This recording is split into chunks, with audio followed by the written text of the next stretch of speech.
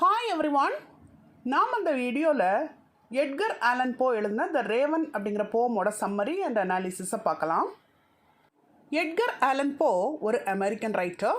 இவர் வாழ்ந்த காலகட்டம் 1809 to 1849.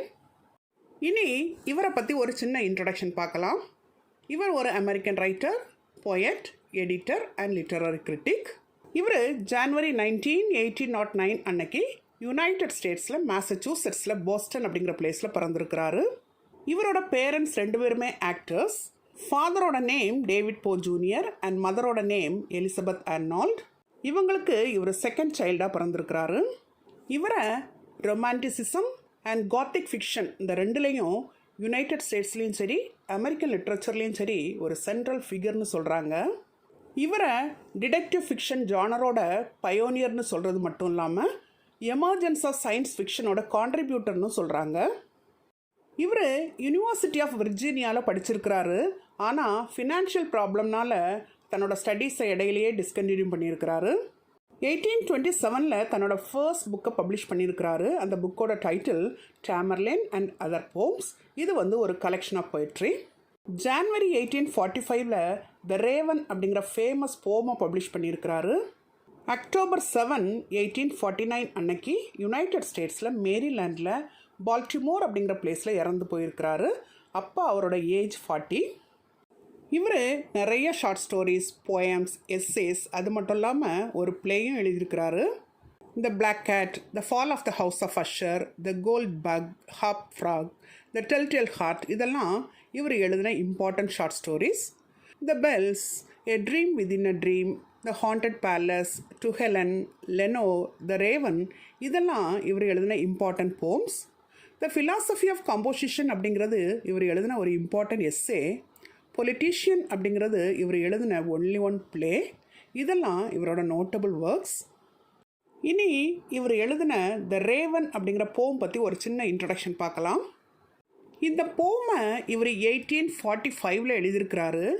அதே இயர் ஜான்வரி 29 அன்னைக்கு நியூயார்க் ஈவினிங் மிரர் அப்படிங்கிற வீக்லி நியூஸ் பேப்பரில் இதை பப்ளிஷும் பண்ணியிருக்கிறாரு. இது ஒரு நெரேட்டிவ் போம். இந்த போமோட செட்டிங் என்ன அப்படின்னு பார்த்தா டிசம்பர் மந்தில் மிட் நைட் டைமில் நெரேட்டரோட வீட்டில் வச்சு தான் எல்லா இன்சிடென்ட்ஸும் நடக்கிறது மாதிரி இந்த போம் எழுதப்பட்டிருக்கு. இந்த போமில் ஒரு அன்னேம் நெரேட்டர், அதுவும் அவர் ஒரு யங் ஸ்காலர், அவர் தன்னோட பாயிண்ட் ஆஃப் வியூவில் தன்னோட எக்ஸ்பீரியன்ஸை ஷேர் பண்ணுறது மாதிரி இந்த போம் எழுதப்பட்டிருக்கு. இந்த போமில் வரக்கூடிய யங் ஸ்காலரோட லவ்வரோட நேம் லெனோர். இவங்க இறந்து போயிடுவாங்களாம்.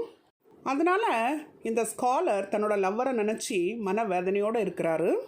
அந்த மன வேதனையிலேருந்து ரெக்கவராக ட்ரை பண்ணிகிட்ருக்கிறாரு. அப்போ தான் ஒரு மிட் நைட் டைமில் அவர் அன்எக்ஸ்பெக்டடாக ஒரு ரேவனை மீட் பண்ணுறாரு. அந்த ரேவன்கிட்ட இவர் திரும்ப திரும்ப நிறைய கொஷின்ஸ் கேட்குறாரு. அவர் கேட்குற எல்லா கொஷின்ஸுக்கும் அந்த ரேவன் திரும்ப திரும்ப நெவர் மோர் அப்படிங்கிற ரிப்ளையை தான் சொல்லிக்கிட்டே இருக்குது. ஃபைனலாக அவர் இனி இந்த ரேவன் நம்மளை விட்டு போக போகிறதே இல்லை, வாழ்நாள் முழுக்க நம்ம கூடவே தான் இருக்க போகுது அப்படிங்கிற ஒரு முடிவுக்கு வராரு. இதுதான் இந்த போமோட உட்கருத்து. இனி இந்த போமோட டீட்டெயில் சம்மரியை நம்ம பார்க்கலாம். அது ரொம்ப குளிரான டிசம்பர் மந்தோட ஒரு மிட் நைட் டைம்.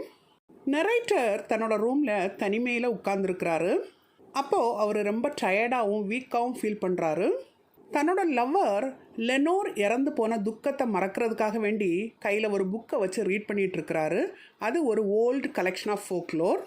புக்கை ரீட் பண்ணிக்கிட்டே இருக்கும்போதே அவருக்கு தூக்கம் வருது. ரொம்பவும் தூக்க கலக்கத்தில் இருக்கிறாரு. அப்போது திடீர்னு அவரோட கதவை யாரோ தட்டுற மாதிரி சவுண்டு கேட்குது. அவர் ரொம்பவே ஷாக் ஆகிடுறாரு. ஏன்னா அது ஒரு மிட் நைட் டைம். இருந்தாலும் அப்படி அங்கே யாரும் இருக்க மாட்டாங்க, இந்த மிட் நைட் டைமில் வரப்போகிறாங்க அப்படின்னு சொல்லி தனக்குத்தானே சொல்லிவிட்டு அதை இக்னோர் பண்ணுறாரு. அப்போது காற்றில் கர்டன்ஸ் எல்லாம் பயங்கரமாக மூவ் ஆகிட்டு இருக்குது. அதை பார்த்த உடனே அவருக்கு ரொம்ப ஃபியர் ஆகுது. ரொம்பவே பயப்படுறாரு. ஒருவேளை வீட்டுக்கு வெளியே கதவில் ஏதாவது விசிட்டர்ஸ் யாரும் வந்திருப்பாங்களோ அப்படின்னு சொல்லி தனக்குத்தானே சொல்லிக்கிறாரு. சொல்லிவிட்டு கதவை போய் ஓப்பன் பண்ணுறாரு. அங்கே யாருமே இல்லை. வெளியில் பார்க்கும்போது ஃபுல்லாக டார்க்காக தான் தெரியுது. அந்த டார்க்னஸ்ஸுக்குள்ளே யாராவது இருக்கிறாங்களான்னு பார்க்குறாரு. யாருமே அங்கே இல்லை. உடனே அவர் தன்னோட லவ்வர் நேமை லெனோர் அப்படின்னு சொல்லிட்டு கதவை க்ளோஸ் பண்ணுறாரு. அந்த லெனோர் அப்படிங்கிற வேர்டு அங்கே எக்கோவாக கேட்குது. அவர் தன்னோட ரூமுக்குள்ளே வந்துடுறாரு. இப்போது மறுபடியும் அந்த ரூமோட விண்டோவை யாரோ பலமாக தட்டுற மாதிரி இவருக்கு கேட்குது. ஒருவேளை காற்று பயங்கரமாக வீசுமா இருக்கும் அப்படின்னு சொல்லி தன்னைத்தானே கன்வின்ஸ் பண்ணிக்கிறாரு. இருந்தாலும் அந்த விண்டோ பக்கம் போய் விண்டோவை ஓப்பன் பண்ணுறாரு. அவர் அந்த விண்டோவை ஓப்பன் பண்ணவும் திடீர்னு வெளியில இருந்து ஒரு ரேவன் அவரோட ரூமுக்குள்ளே வருது. அவரோட ரூமுக்குள்ளே ஒரு பல்லா ஸ்டாச்சு இருக்குது. அந்த பல்லா ஸ்டாச்சு மேலே ஓடி வந்து அந்த ரேவன் உட்காருது. அது அதனா அப்படிங்கிற Greek goddess of wisdom and வாரோட ஸ்டாச்சு. அது மேலே தான் இப்போ ரேவன் வந்து உட்கார்ந்துருக்குது. இந்த பிக்சரில் நம்ம பார்க்குறோம் இல்லையா, இது மாதிரி தான் அந்த ஸ்காலரோட ரூமுக்குள்ளே இருக்கக்கூடிய ஸ்டாச்சு ஆஃப் பல்லாஸ் மேலே இந்த ரேவன் வந்து உட்கார்ந்துருக்குது. நரேட்டர் இப்போ அந்த ரேவனை பார்த்து உன்னோட நேம் என்ன அப்படின்னு சொல்லி கேட்குறாரு. அதுக்கு அது நெவர்மோர் அப்படின்னு சொல்லி ரிப்ளை பண்ணுது. இப்போது நரேட்டர் என்னோடய ஃப்ரெண்ட்ஸ், என்னோடய லவ்ட் ஒன்ஸ் எல்லாம் என்னை இடையில விட்டுட்டு போன மாதிரி தானே நீயும் விட்டுட்டு போக போகிற அப்படின்னு சொல்லி தனக்குத்தானே மெதுவாக சொல்லிக்கிறாரு. உடனே அந்த ரேவன் நெவர்மோர் அப்படின்னு சொல்லுது. நரேட்டர் நினைக்கிறாரு, ஒருவேளை இந்த ரேவனுக்கு இந்த ஒரு வேர்டை தான் தெரியும் போல், அதனால தான் அது திருப்பி திருப்பி அந்த வேர்டையே சொல்லிகிட்ருக்கு அப்படின்னு சொல்லி நினைக்கிறாரு. கடல் வழியாக வரும்போது ரேவனோட மாஸ்டர் ஏதாவது பிரச்சனைகளை ஃபேஸ் பண்ணியிருப்பாரோ, அதுலேருந்து எஸ்கேப் ஆகி தான் அந்த ரேவன் இங்கே வந்திருக்குமோ அப்படின்னு சொல்லி நரேட்டர் நினைக்கிறாரு.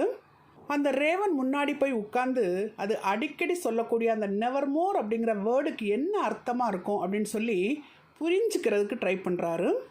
அந்த பறவையோட கண்களையே உற்று பார்க்குறாரு. இப்போ அதோட கண்கள் பார்க்குறதுக்கு ஃபயர் மாதிரியும் இவரோட ஹார்ட்டை சுட்டரிக்கிறது மாதிரியும் ஃபீல் பண்ணுறாரு. திடீர்னு தன்னை சுற்றி இருக்கக்கூடிய அட்மாஸ்ஃபியர், ஏர் எல்லாமே ரொம்ப வாசனையாக இருக்கிறது மாதிரி இந்த நரேட்டர் ஃபீல் பண்ணுறாரு. கடவுளால் அனுப்பப்பட்ட ஏஞ்சல்ஸ் எல்லாம் இவரை நோக்கி வர்றது மாதிரி இவருக்கு தெரியுது. தன்னோட மன வேதனையிலிருந்து தன்னை ரிலீவ் பண்ணுறதுக்காக தான் கடவுள் ஹெவனில் இருந்து இந்த ஏஞ்சல்ஸ் எல்லாம் அனுப்பியிருக்கிறாரா அப்படின்னு சொல்லி ரேவனை பார்த்து நரேட்டர் கேட்குறாரு. அதுக்கு ரேவன் நெவர்மோர் அப்படின்னு சொல்லி ரிப்ளை பண்ணுது. அடுத்ததாக நரேட்டர் ரேவனை பார்த்து நீ ஒரு ஈவிலா அல்லது என்னோட துக்கத்துக்கும் வேதனைக்கும் ஏதாவது ஹீலிங் கொண்டு வந்திருக்கிறியா அப்படின்னு சொல்லி கேட்குறாரு. அதுக்கும் அந்த ரேவன் நெவர்மோர் அப்படின்னு சொல்லி ரிப்ளை பண்ணுது. அடுத்ததாக நான் ஹெவனுக்கு போய் என்னோடய லெனோரை பார்க்க முடியுமா அப்படின்னு சொல்லி நரேட்டர் ரேவனை பார்த்து கேட்குறாரு. அதுக்கும் அந்த ரேவன் நெவர்மோர் அப்படின்னு சொல்லி ரிப்ளை பண்ணுது. இப்போது நீ என்னோடய ரூமை விட்டு வெளியே போ அப்படின்னு சொல்லி ரேவனுக்கு ஆர்டர் போடுறாரு. அதுக்கும் அது நெவர்மோர் அப்படின்னு சொல்லி ரிப்ளை பண்ணுது. அது ஸ்டாச்சு ஆஃப் பல்லாஸுக்கு மேலே இருக்கக்கூடிய சேம்பர் டோரோட டாப்பில் போய் உட்கார்ந்துருக்குது. அந்த இடத்த விட்டு அது நகலவே இல்லை. இப்போது நரேட்டர் நினைக்கிறாரு, இனி இந்த ரேவன் நம்மளை விட்டு போக போகிறதில்ல, நம்மளோட வாழ்நாள் முழுக்க இதோட ஷேடோவில் தான் வாழ்ந்தாக வேண்டியது இருக்கும் அப்படின்னு சொல்லி ஃபீல் பண்ணுறாரு. இனி நம்மளோட வாழ்நாளில் என்றைக்குமே ஹாப்பினஸை பார்க்கவே முடியாது அப்படிங்கிற முடிவுக்கு நரேட்டர் வர்றாரு. இதோட இந்த போம் முடியுது. நாம் இதுவரை இந்த போமோட சம்மரி பார்த்தோம். இனி இதோட அனாலிசிஸை நம்ம பார்க்கலாம். இது ஒரு நெரேட்டிவ் போம். ஃபர்ஸ்ட் பர்சன் பாயிண்ட் ஆஃப் வியூவில் எழுதப்பட்டிருக்கு. இதில் ஐ, வி அப்படிங்கிற ப்ரோனவுன்ஸ் பயன்படுத்தப்பட்டிருக்கு. இதில் musicality, stylised language and supernatural அட்மாஸ்ஃபியர்லாம் ஜாஸ்தியாக இருக்குது. தன்னோட லவ்வரை இழந்து மன வேதனையோடு இருக்கக்கூடிய ஒரு லவ்வரோட வீட்டுக்கு ஒரு டாக்கிங் ரேவன் மிஸ்டீரியஸ் விசிட் கொடுக்கறத தான் இந்த போம் நமக்கு சொல்லுது.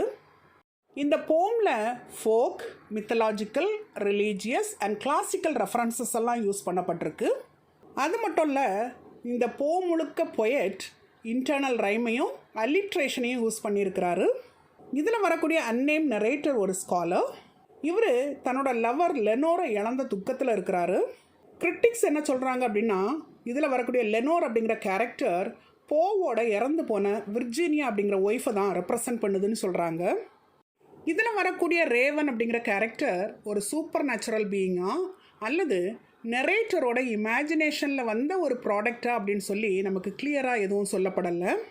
இந்த போம் சப்கான்ஷியஸுக்கும் சூப்பர் நேச்சுரலுக்கும் இடையில் ஒரு கனெக்ஷனை க்ரியேட் பண்ணியிருக்குது. இந்த போமில் வரக்கூடிய raven the feeling of intense grief and லாஸை பர்சானிஃபை பண்ணுது.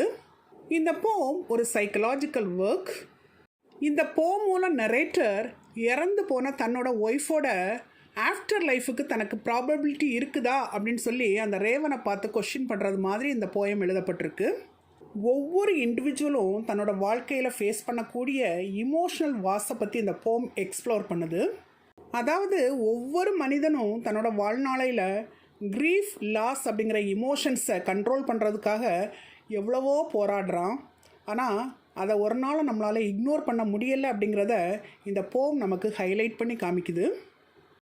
Death and the afterlife, memory and loss, the supernatural and the subconscious, rationality and irrationality, ancient influences, இதெல்லாம் தான் இந்த போமோட main themes.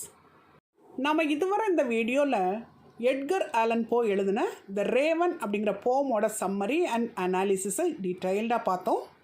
Thank you for listening. For more videos on English language and literature, subscribe and watch our YouTube channel and also our Insta page, English Langlit Waves.